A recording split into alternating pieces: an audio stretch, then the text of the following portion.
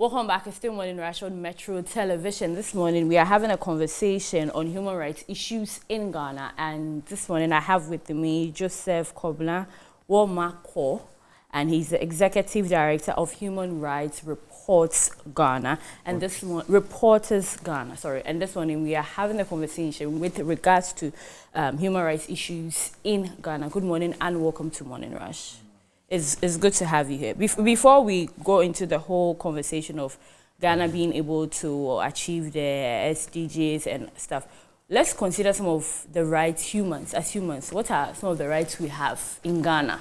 So that when we know that, then we move into other space. So first of all, good morning to yourself, your listeners, viewers out there, and thanks for having me. You're welcome. So basically, when we are talking about human rights, there are basic rights and freedoms that we have as humans. So for instance, you are a human being, you have the right to food, you have the right to life, freedom of speech and expression, right to religion and worship. Okay. So basically, when we are talking about everything about us humans, that help us to perfect or to dwell. In Ghana, would you say we are abusing our right to, pardon?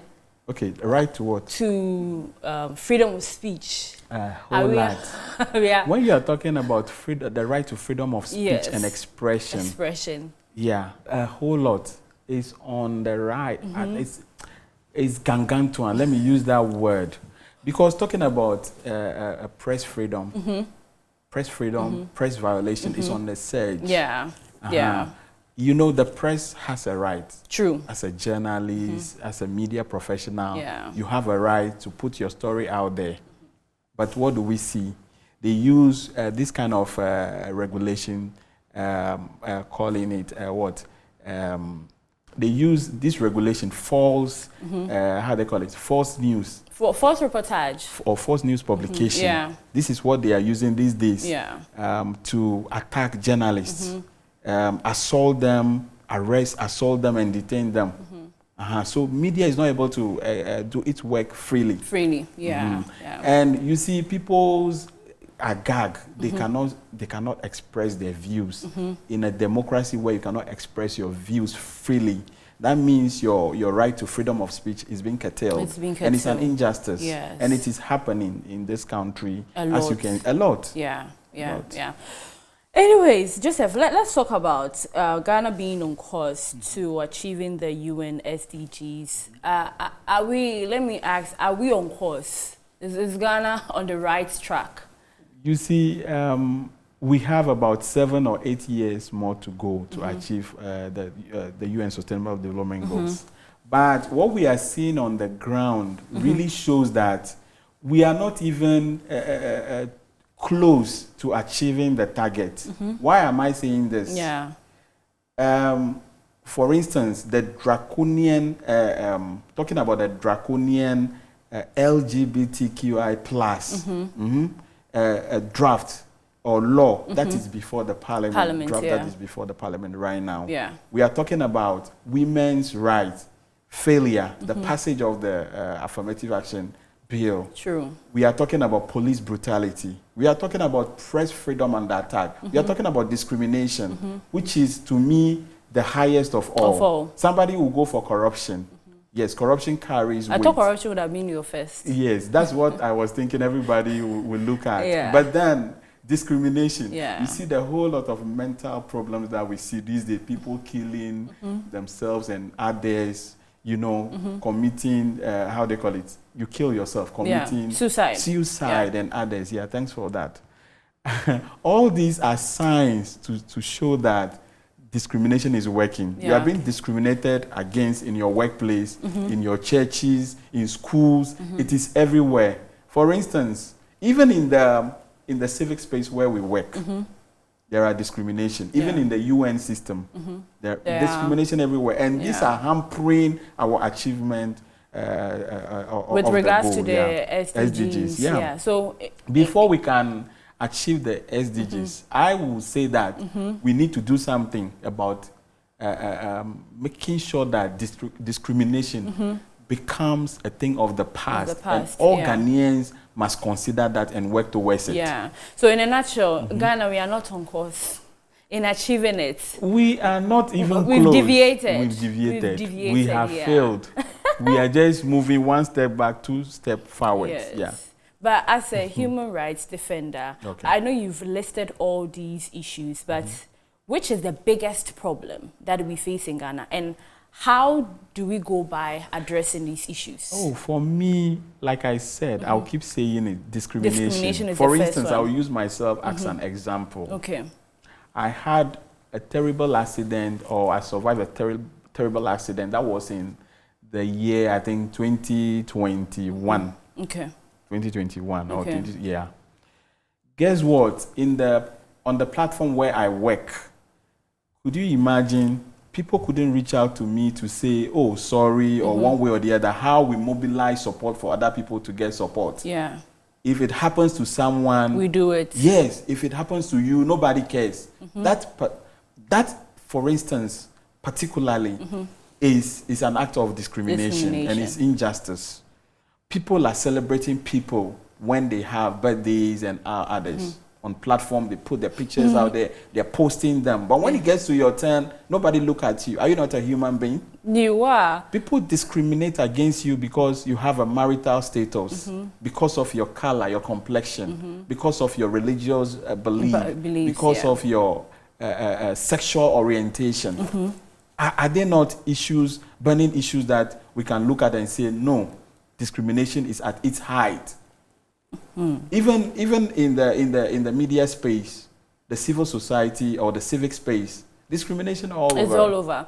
So it's all over. To talk about disabilities, persons living with disabilities, women, girls are discriminated against. Yeah, but top of your list is the discrimination. Discrimination takes to the top. Yeah, and that's what acts like it's a silent killer. Yeah. So for someone who is the executive director for Human Rights Reporters Ghana, I mean, you have goals, what you seek to achieve and everything. In the course of making sure that this thing is eradicated from the system, how do we address it? And how is your organization helping the situation? Yeah. So I believe in nationwide sensitization campaign. Where it will be a multi-stakeholder approach. Stakeholders, the media, government, state and non-state organizations or agencies coming together, CSOs, NGOs all coming together and ensuring that we propagate the message out there to sensitize people, clear their minds of all this. As far as discrimination is concerned, as a bad practice is concerned. So sensitization, it should be a multi-stakeholder approach. My organization has started doing something because basically we stand to do what? To ensure that we address issues of human rights violations. So we began something with our project, which you are going to hear much more about. That even won us a global recognition, putting us on the global map. As far as SDGs implementation is concerned. So we did some sensitization on human rights, teenage pregnancy, tramadol abuse, and drug abuse. These are social issues that affect the youth. And you are trying to solve it. By so doing, we are making way, creating way gradually for Ghana to achieve the UN Sustainable Development Goals. And that's a good initiative. And if each and every one of us can take up that, basically we'll be moving forward. It's then not we'll only be one on the person. right course to achieving the SDGs. And then the non-state, the state, how they call it, the state actors must also support our state institutions, giving us permit and all that. It will surprise you that we were in schools earlier. They will not allow us into the schools, even though the issues are there. Teenage pregnancy is on the rise, the use of tramadol or substance among the youth. These are things that we try to achieve, to help people, get rid of those bad, characters habits, out of the society. But unfortunately, an institution, a state institution, organization like Ghana Education Service, will not give us a permit to go into schools. We send them a letter that they should give us for requesting for permit. The next moment you go, they tell you the letter is missing. You'll be going and be coming back. As even right till now. Those are the challenges that we face. Yes, till now we couldn't get that permit to go into some. Even though our project has made an impact, but it would have done much better than that if we happen to get a permit. So the state actors, the state institutions are failing us, particularly under the former one, Professor Amankwa.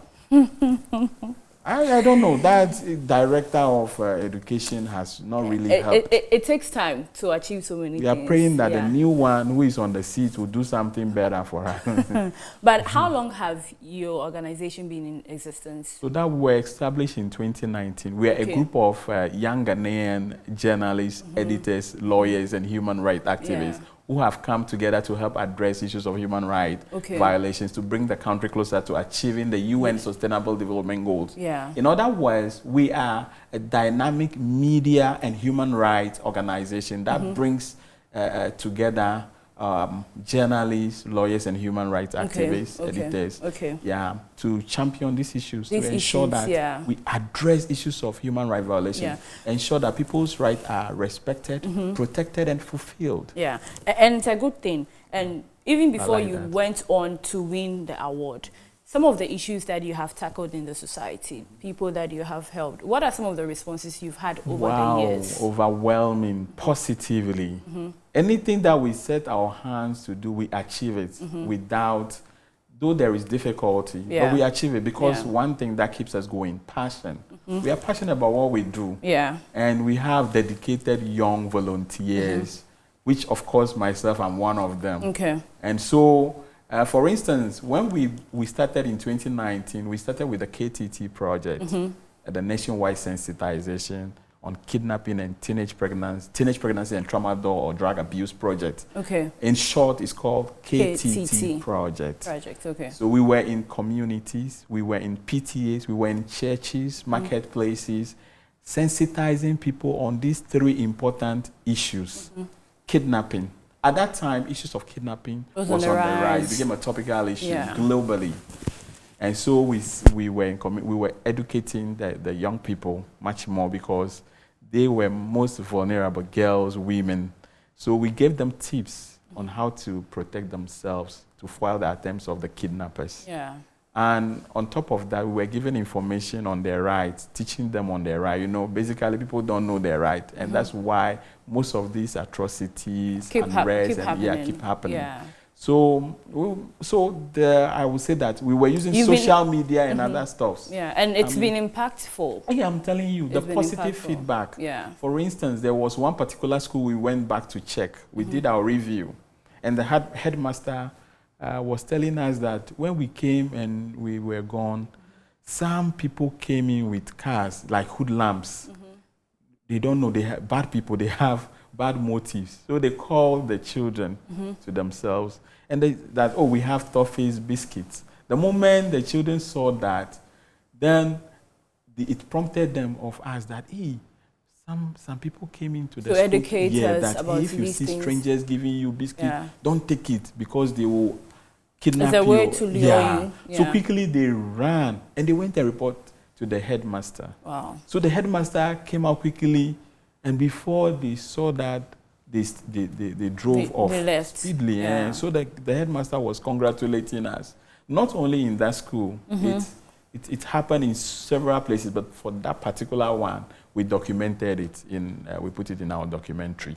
So these education, these sensitization happen in not only in Accra. Not only in Accra, in 3 regions. Which regions? Yes, we were able to Greater Accra, Volta region, and Brong Ahafo. Now slash into 2, Bono, East, and Ahafo.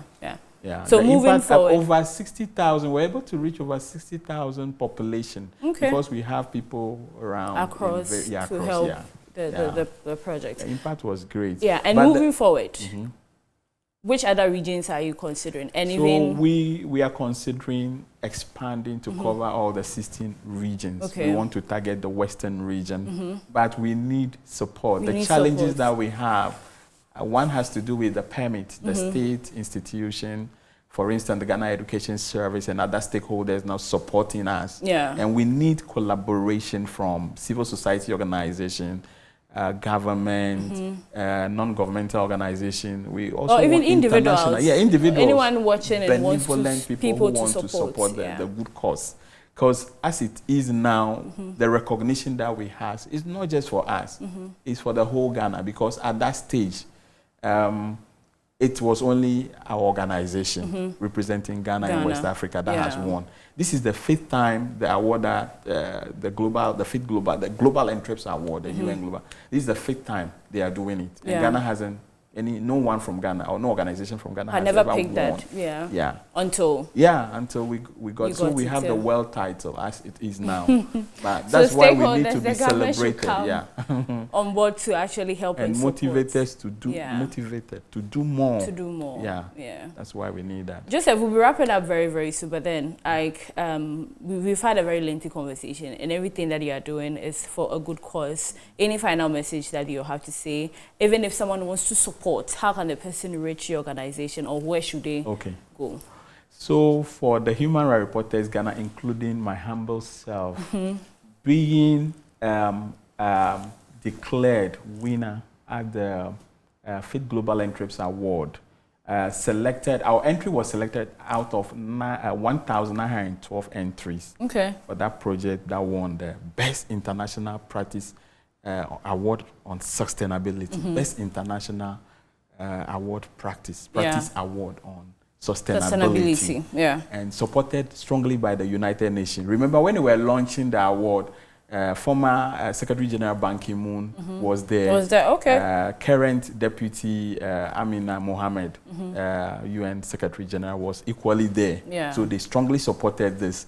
And then the 1,000 jurors of the ANTREPS, they call them International Board of Global Actors and Business on Sustainability.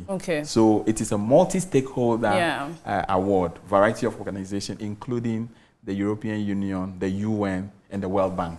So it's a huge recognition. It's a huge recognition. So now let me get back to your question. That's why you are emphasizing on the importance of it. Yes, we need to be celebrated. Exactly. And I want to see you also doing that for us, because you are doing it for Mother Ghana, not only for us. Remember, it's a win for all of us. Everybody. Now let me tackle your question. So we need support. Like I said earlier on ago, we need collaboration from state and non-state actors, civil society organization, government, and others. So we want support, monetary support, and you can reach us. Even if you go on the internet, just Google search the Human Rights Reporters Ghana, HRG. Our details are there, but I can also give you a number, 0243 676813. I'll repeat that. 0243 67 68 13. We are on Twitter, we are on Instagram, we are on LinkedIn, we are on the other one. What's the name of the other one? Which one? Okay, I think Instagram. I've mentioned all Instagram, of them. Twitter, LinkedIn. Those are the important places. For WhatsApp is your own number. And then just Google search. Just Google Facebook. Facebook. That's the biggest of the all. old one. The old one. People now use Facebook much more than. And yourself, we need we need the help from you yourself. And your station. I mean, it's been an insightful one. Thanks for telling us all that your organization has been doing and ways by which Ghana can come back on course to achieve the SDGs, which we need to achieve. Sure, yes, definitely. And with your support. Once we achieve the SDGs, there will be peace. Poverty will be eradicated. Climate change issues. You see that everything will be just come back to normal. Working perfectly for all of us. Thank you very much. My pleasure. Joseph KOBLA WEMAKOR. The name is WEMAKOR. WEMAKOR. But people brothelize it.